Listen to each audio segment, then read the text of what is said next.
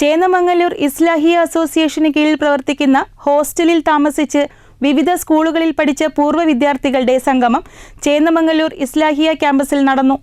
ഹോസ്റ്റാൾജിയ at CMR 2026 എന്ന പേരിൽ നടന്ന സംഗമം CK കാസിം MLA ഉദ്ഘാടനം ചെയ്തു. ചേന്നമംഗല്ലൂർ ഇസ്ലാഹിയ അസോസിയേഷന് കീഴിൽ പ്രവർത്തിക്കുന്ന ഹോസ്റ്റലിൽ താമസിച്ച് വിവിധ സ്കൂളുകളിൽ പഠിച്ച പൂർവ്വ വിദ്യാർത്ഥികളുടെ സംഗമമാണ് ചേന്നമംഗല്ലൂർ ഇസ്ലാഹിയ ക്യാമ്പസിൽ നടന്നത്.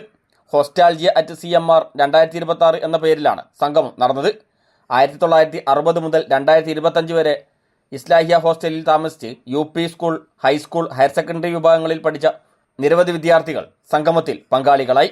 സംഗമം തിരുവമ്പാടി MLA CK കാസിം ഉദ്ഘാടനം ചെയ്തു.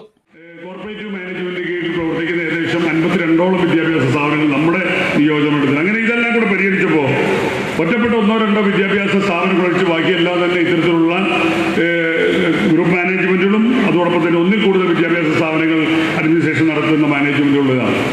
അതുകൊണ്ട് തന്നെ നമ്മുടെ ഇവിടെയുള്ള വിദ്യാഭ്യാസപരമായ ചില മുന്നേറ്റത്തിന് ഇവിടെ സ്വാദുഭാഷത്തിൽ സുഖിക്ക പറഞ്ഞു. കാരണം എന്ന് വെച്ചാൽ ഇപ്പോൾ ഇസ്ലാഹിയ സ്ഥാപനം തന്നെ 25 ഏക്കർ സ്ഥലം, അല്ലേ, 25 ഏക്കർ സ്ഥലം ലഭ്യമാക്കി അതുമായി ബന്ധപ്പെട്ട ചില നിർമ്മാണ പ്രവർത്തനങ്ങളിലേക്ക് കടന്നിരിക്കുകയാണ്.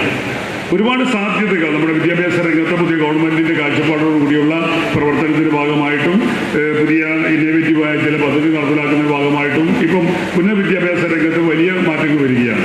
Islahiya association advisory council chairman O Abdurahman അധ്യക്ഷനായി.